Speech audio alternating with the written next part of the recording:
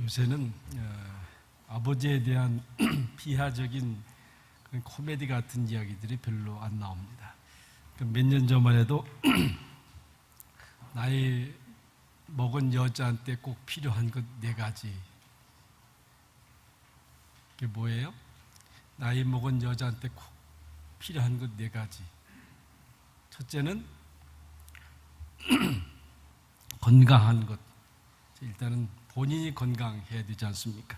두 번째는 돈, 세 번째는 친구, 네 번째가 딸이래요. 딸 없는 분들은 조금 마음이 아플지도 모르겠습니다. 그리고 가장 필요 없는 것 1가지. 그러면 남편이라고 그랬잖아요. 그렇죠? 나이 드신 분들은 다 동감할 거예요. 아주 귀찮잖아요. 참 나가서 어디 가서 밥 한 끼 먹거나 들어오면 참 좋은데 그냥 꼭 옆에 붙어갖고 삼식이 다 찾아 먹는 남자. 그래서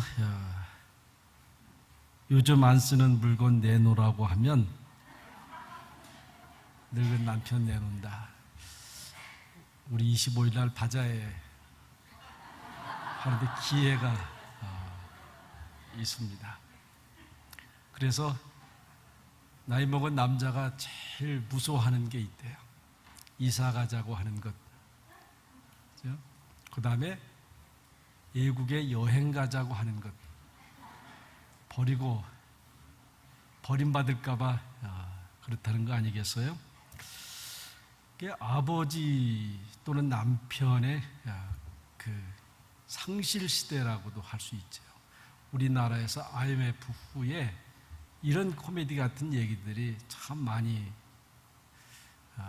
희자됐고, 그걸 들을 때마다 저도 남자이기 때문에 참 마음이 아프다, 그런 생각을 했습니다. 이어령 교수가 쓴 수필집 중에 아버지가 없는 사회, 빨간 신호등 읽기라고 하는 제목이 있습니다.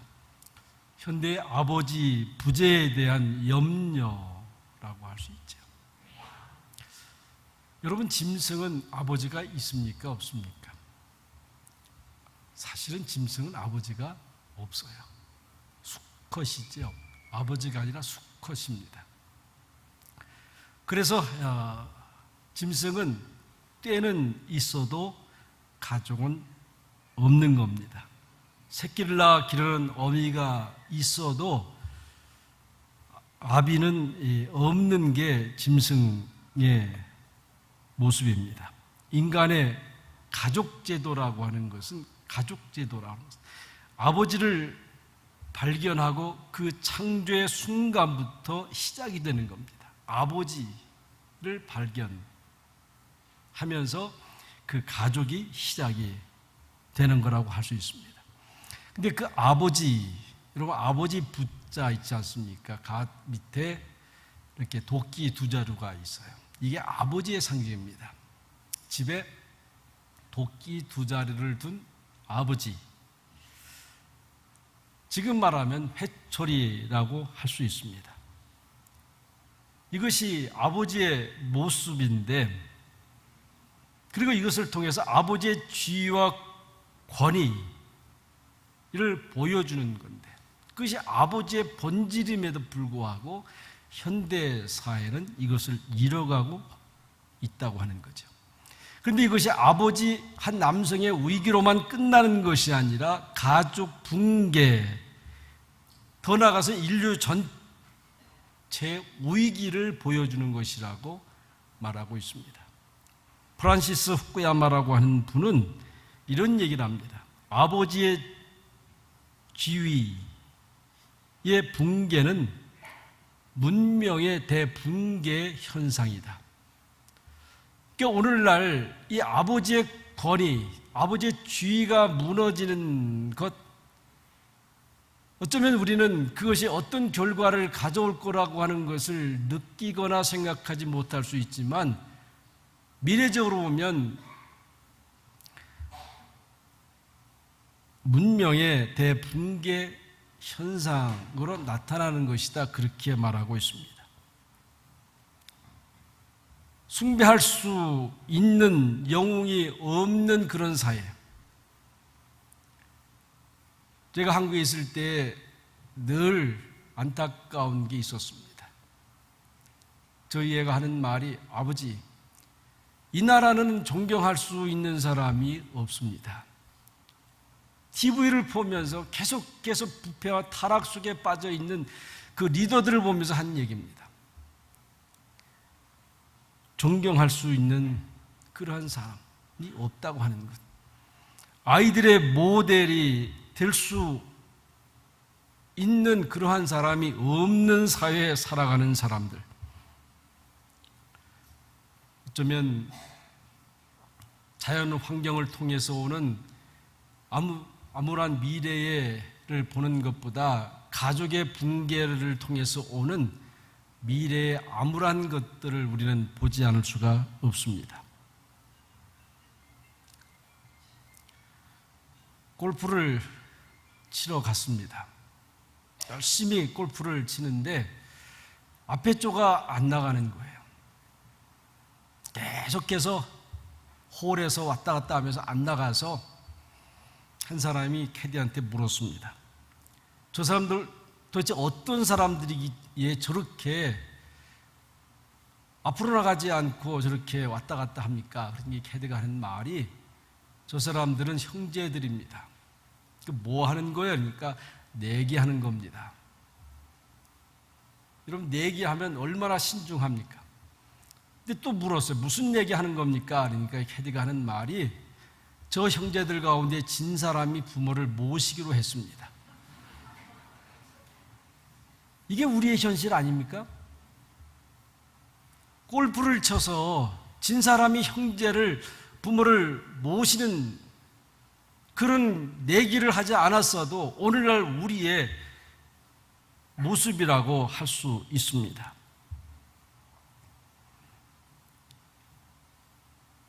어쩌면 우리는 그 부모들이 있기에 우리가 오늘 있지만은 부모가 있는 것을 거부하는 그러한 사이에 살고 있습니다.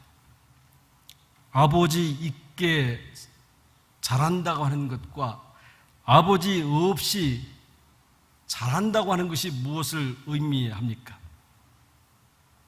아버지의 권위를 인정하고 잘한다는 것은 굉장히 중요한 겁니다. 여러분, 사회 질서가 어지러워지고 정의와 공의가 점차 상실되는 그런 이유가 바로 거기에 있습니다. 아마 저희들 세대는 다 그렇게 했을 거예요. 그 아버지가 밥상에서 밥을 먹으면서 해야 되는 것과 해서는 안 되는 것에 대해서 분명하게 얘기를 했습니다. 저도 많이 할아버지의 곤방대를 맞고 자랐습니다. 해서는 안 될 것이 짓을 하면 바로 긴 그 곤방대 가지고 머리를 얻어맞았습니다. 오늘 우리는 어떻습니까?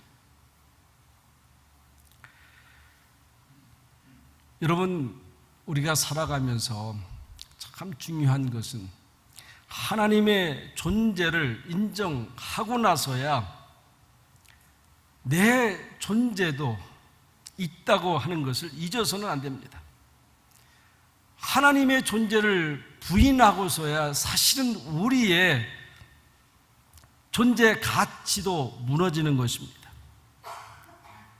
프로이드 정신분석학자는 그렇게 얘기합니다. 아버지의 이미지에 따라서 그의 신관이 결정된다. 아주 중요한 얘기입니다. 여러분이 믿는 하나님 아버지의 이해, 그 하나님 아버지에 대한 의식은 여러분이 내 아버지의 이미지에 따라서 결정된다고 하는 것입니다. 그래서 마틴 루터 같은 분은 하나님을 진로의 하나님으로 그렇게 표현했습니다. 그 아버지가 얼마나 무섭게 다루었는지. 그래서 그의 일기에서 그는 그렇게 씁니다. 우리 하나님은 어머니와 같은 하나님이었으면 좋겠다. 그 하나님을 아버지라고 부르지 않고 어머니라고 불렀으면 좋겠다.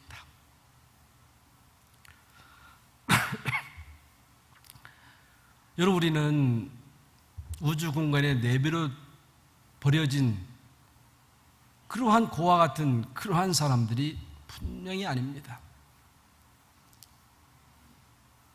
우리 요한복음 3장 16절에도 그렇지 않습니까? 하나님이 세상을 이처럼 사랑했다. 저는 거기에 사랑했다는 말 표현도 좋지만 이처럼 사랑했다. 그 이처럼이라는 게 얼마나 애절한 그 사랑, 얼마나 깊은 사랑을 표현하는 거겠어요.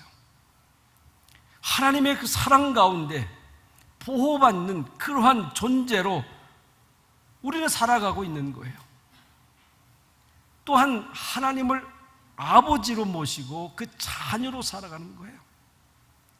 혹시 내 육신의 아버지를 모른다고 하더라도, 육신의 아버지가 없다 하더라도, 내 그 육신의 아버지가 좋은 아버지가 아니었더라도 우리는 하나님을 아버지라고 부르면서 그렇게 살아갈 수 있는 특별한 사랑을 받은 그러한 존재로 살아가고 있는 것입니다.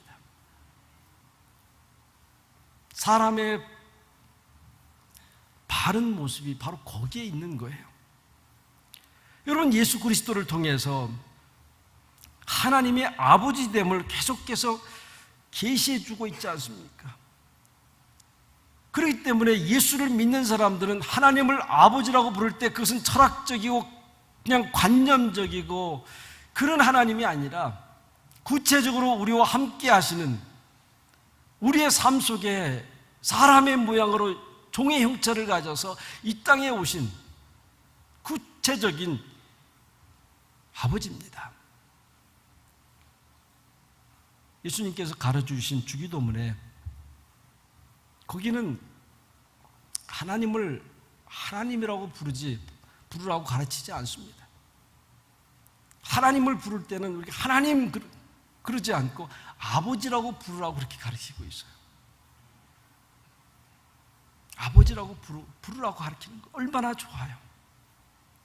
여러분, 하나님이라고 부를 때보다 아버지라고 부를 때 얼마나 정감이 많습니까? 아버지라고 부를 때 얼마나 가깝게 있는 분으로 그렇게 느껴지고 체험하고 계십니까? 그래서 성경에서 계시하고 있는 이 아버지, 그 아버지의 개념은 바로 그런 거예요. 적어도 아버지는 생명의 근원의 상징이다, 그렇게 가르쳐주는 거예요. 제가 가끔씩 이런 설교하면 우리 여자분들이 싫어해요. 최 목사님은 아직도 권위주의입니까? 최 목사님 아직도 남자들 편입니까? 여러분, 남자 편이 아니라 성경 편이에요. 그래서 한 가정을 보더라도 역할이 다르고 때로 성품이 달라서 하는 일이 차별이 있을 수 있지만 적어도 한 가정의 머리는 누굽니까? 어머니가 아무리 똑똑해도 위에 올라갈 수 있는 게 아닙니다. 여자의 머리는 남자라고 그랬어요.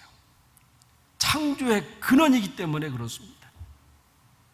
그래서 그 창조의 근원자 된 그 아버지는 그 가정을 보호할 책임이 있는 거예요. 현대 와서 우리가 자꾸 이걸 잃어버리고 있습니다.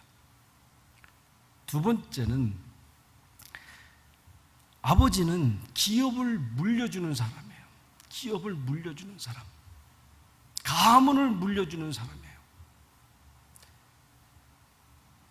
여러분의 가정에 요새는 다 가정시대고 다 떨어져 사니까 도대체 가훈이라는 게 없어요. 가문이라는 게 없어요.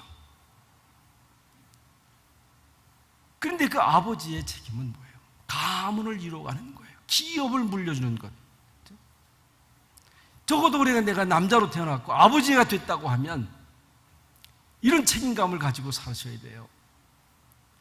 이런 의무를 포기해서는 안 되는 거예요.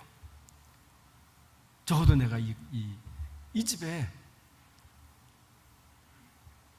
가업을 물려주는, 가문을 물려주는 그런 확실한 것을 가지고 살아가는 게 아버지의 역할이라고 할 수 있습니다. 세 번째 아버지는 사랑 있는 반면에 진로의 사람이에요. 진로의 사람. 그래서 공의를 만들어가는 사람. 그걸 우리는 공의적 사랑이라고 그래요. 근데 현대신학자인 칼 바르트는 그런 얘기를 합니다. 하나님의 사랑은 당신의 진로 속에서 구체화된다. 하나님의 사랑이 그냥 오냐라고 해서 되는 것이 아니라 진로 속에서 그 사랑이 구체화된다라고 그렇게 말하고 있습니다. 그러니 내가 실수했을 때, 잘못했을 때 야단맞는 것에 대해서, 질책받는 것에 대해서 두려워해서는 안 돼요. 오히려 그것이 주님의 사랑이라는 것을 우리 고백할 수 있어야 돼요. 고백할 수 있어야 돼요. 여러분, 징계가 없으면 사생자요 참 아들이 아니니라고 그렇게 말씀하고 있지 않습니까? 적어도 내 자식을 야단 안 치는 부모가 어디 있겠어요? 여러분, 그걸 포기하면 아버지됨을 포기하는 거예요. 울더라도 아프더라도 진로가 있어야 돼요. 불의에 대한 진로, 분노가 있어야 된다. 분노가. 요새 방탄소년 유명하잖아요. 근데 그 프로듀서가 누구냐면 방시혁이라고 하는 분이에요. 방시혁. 우리는 늘 방탄소년, 그 사람들의 뭐 춤과 노래가 세계적으로 인기가 있고 빌보드 차트에 계속해서 상위권에 올라가 있고. 근데 그걸 뒤에서 만들어낸 사람이 방시혁이라고 하는 분인데, 이분이 서울대학교 졸업식에서 그런 얘기를 해요. 이 엄청난 것을 만들어내는 것은 나의 분노였다 그래요. 분노였다. 그 분노가 이런 작품을 만들어내겠다라고 그런 얘기를 하는데 정말 가슴이 뭉클하더라고요. 분노가 만들어낸다. 그런 연예계 세상 속에서 돌아가는 많은 부조리들을 보면서 왜 저렇게 해야 되느냐? 왜 저렇게 해야 되느냐? 올바로 하면 안 되겠냐? 바르게 하면 안 되겠냐? 그 분노가 그런 작품을 만들어냈다는 거예요. 그래서 저는 그 얘기를 졸업식 축사를 드리면서 봤다. 그것이 바로 아버지의 마음이라고 할 수 있습니다. 오늘 본문은 탕자의 비유입니다. 얼마나 우리가 많이 들었어요.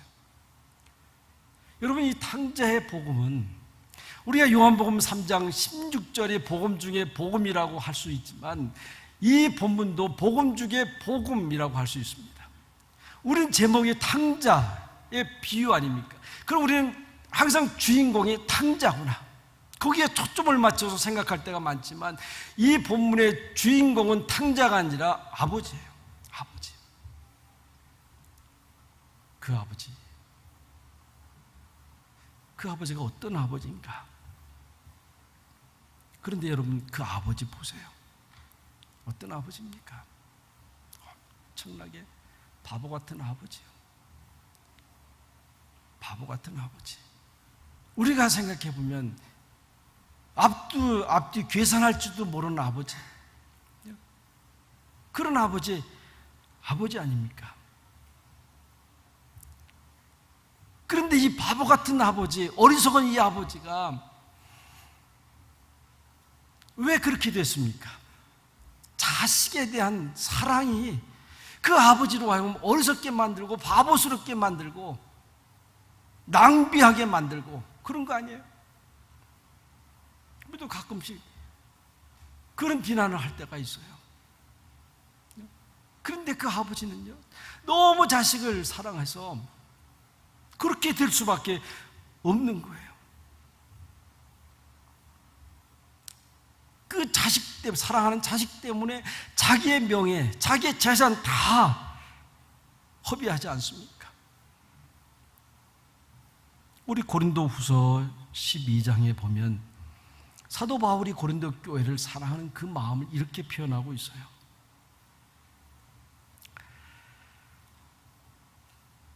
어린아이가 부모를 위하여 재물을 저축하는 것이 아니요 이에 부모가 어린 아이를 위하여 하느니라.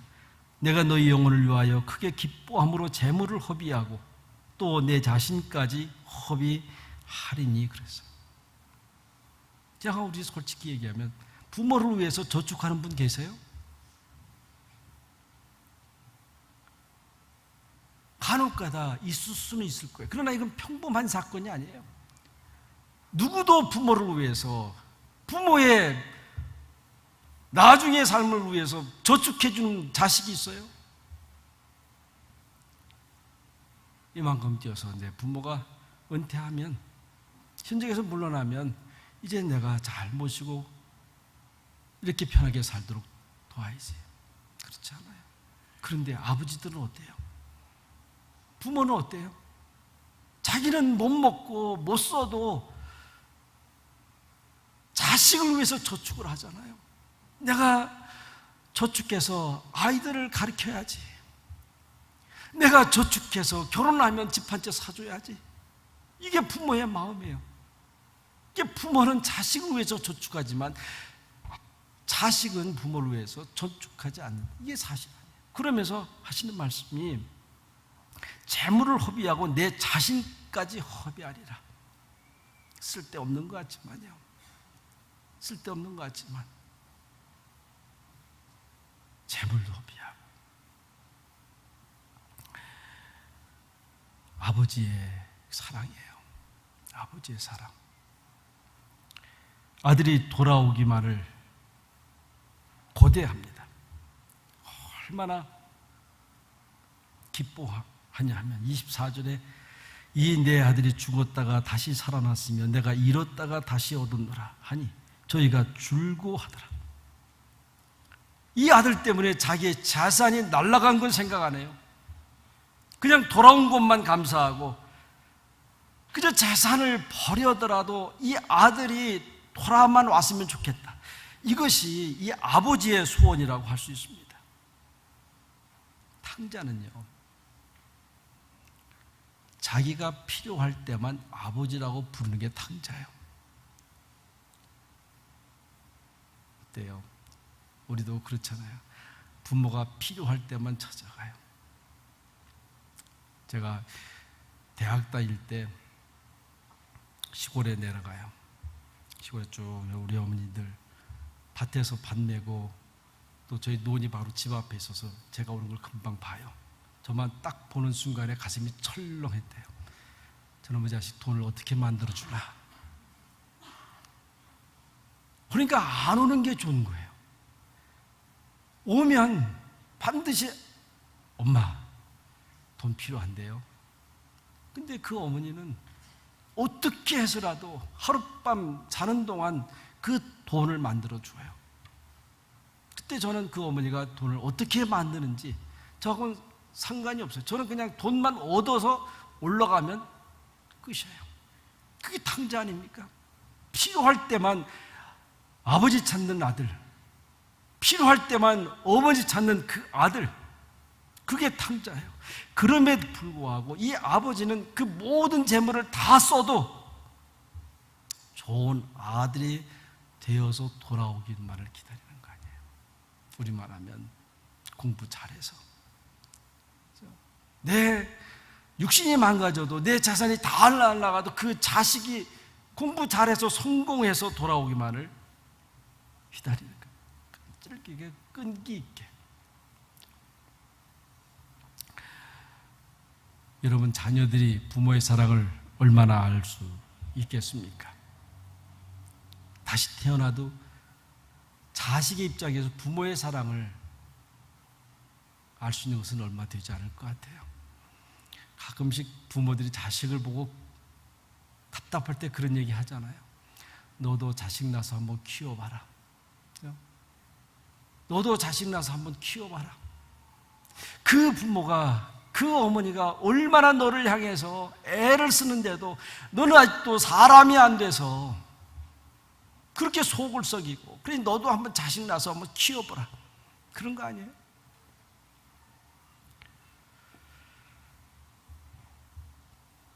아버지는 자식한테 이런저런 경험을 통해서 아버지의 마음을 이해하기 원하십니다. 그때까지 기다리시는 거예요.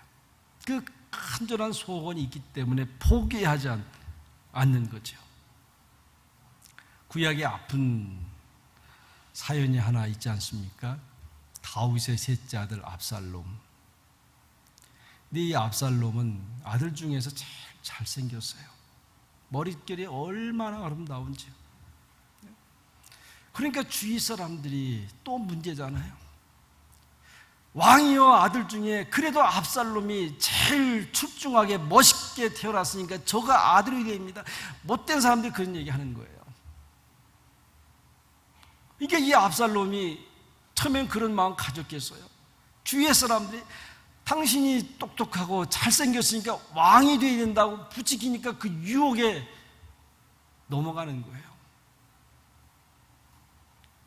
여러분, 되게 대통령 아들이 나쁜 게 아니에요. 대통령 아들 주위에 있는 아주 나쁜 사람들이 있어서 나빠지는 거 아니에요. 그러니까 어떻게 돼요? 유혹이 되니까 결국 아버지의 신하들을 죽이게 됩니다. 그리고 그 아버지까지 죽이려고 하는 거예요. 아버지까지. 그래도 그때는 다윗 왕이 훨씬 더 힘이 세고 통치력이 있어서 얼마든지 이 압살롬이 반란을 일으킬 때 물리칠 수 있음에도 불구하고 그렇게 하지 않아요. 짐 싸서 피난 가요.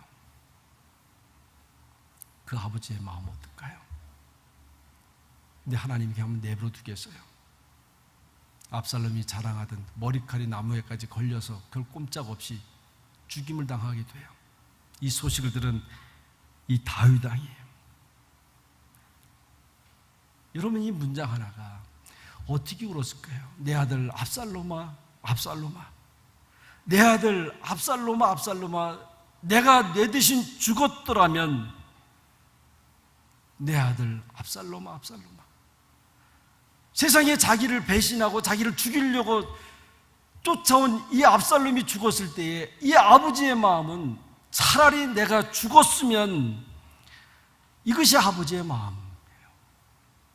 이것이 적극적인 그런 아버지의 사랑 아닙니까? 오늘 성경 본문도 바로 이런 아버지의 적극적 사랑을 보여주고 있는 것입니다. 여러분, 재산이라고 하는 것은 어때요? 다 잃어도 다시 찾을 수 있는 게 재산이에요. 여러분, 혹 사업하다가 재산 잃었다고 해서 너무 낙심하지 마시기 바랍니다. 잠시 잠깐은 힘들 수 있어요. 그러나 재산은 다시 찾을 수 있어요. 다시 얻어질 수 있는 게 재산입니다. 그러나 자식의 인격은 내 마음대로 되질 않아요. 그렇죠? 자식들이 있지만 자식이 내 마음대로 됩니까? 자식의 인격을 돈으로 살 수 있습니까? 그 자식의 인격은 기다리는 것뿐입니다. 그 아들, 자식이 깨닫고 다시 돌아올 때까지 기다릴 수밖에 없는 겁니다. 그래서 이 사랑이 바로 적극적 사랑이라는 거예요. 기다린다는 게 얼마나 힘들겠어요. 그러나 그 마음의 적극성이 없으면 기다릴 수가 없습니다. 20절에 아직도 거리가 먼데 아버지가 저를 보고 측은히 여겨 달려가 목을 안고 입을 맞췄다 그랬습니다.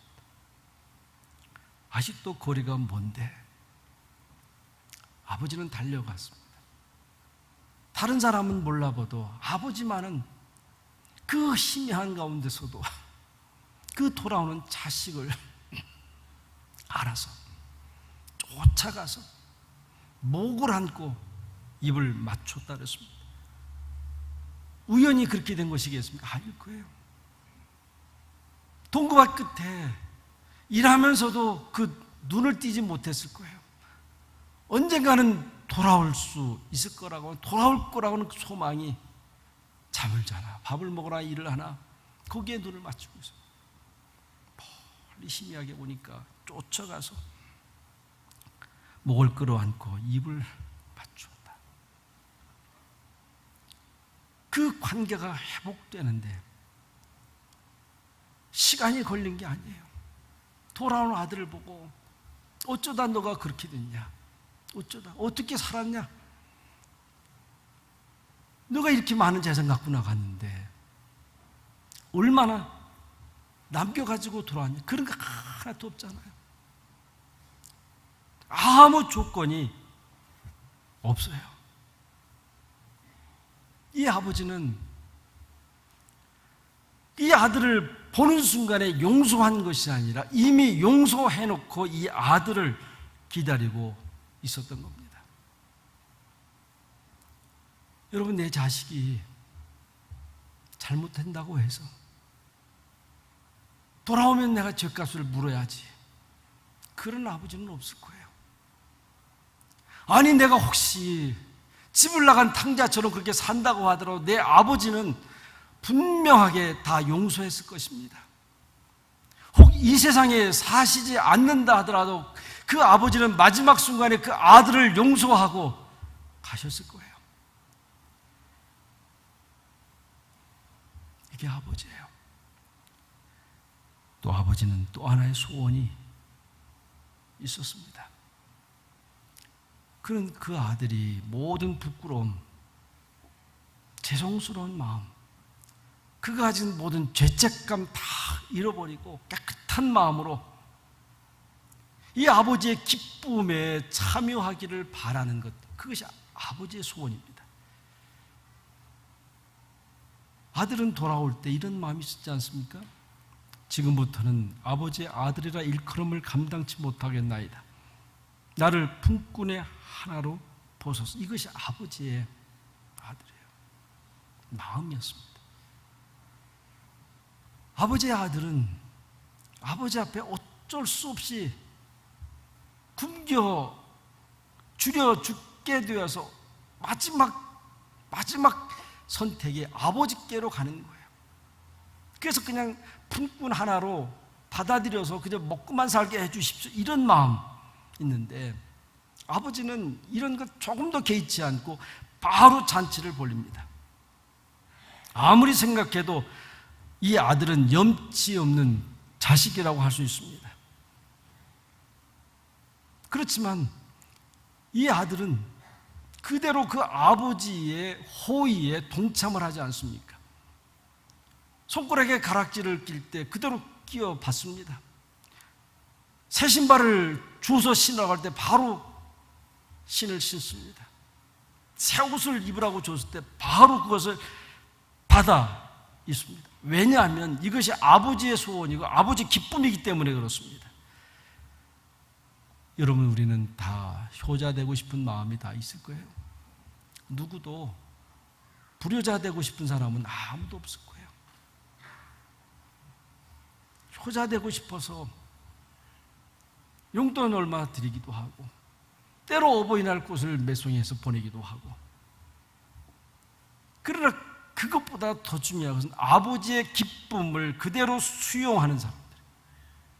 율법적으로는 생각하면 언제나 부끄럽고 가까이 다가갈 수 없는 그런 아버지이지만은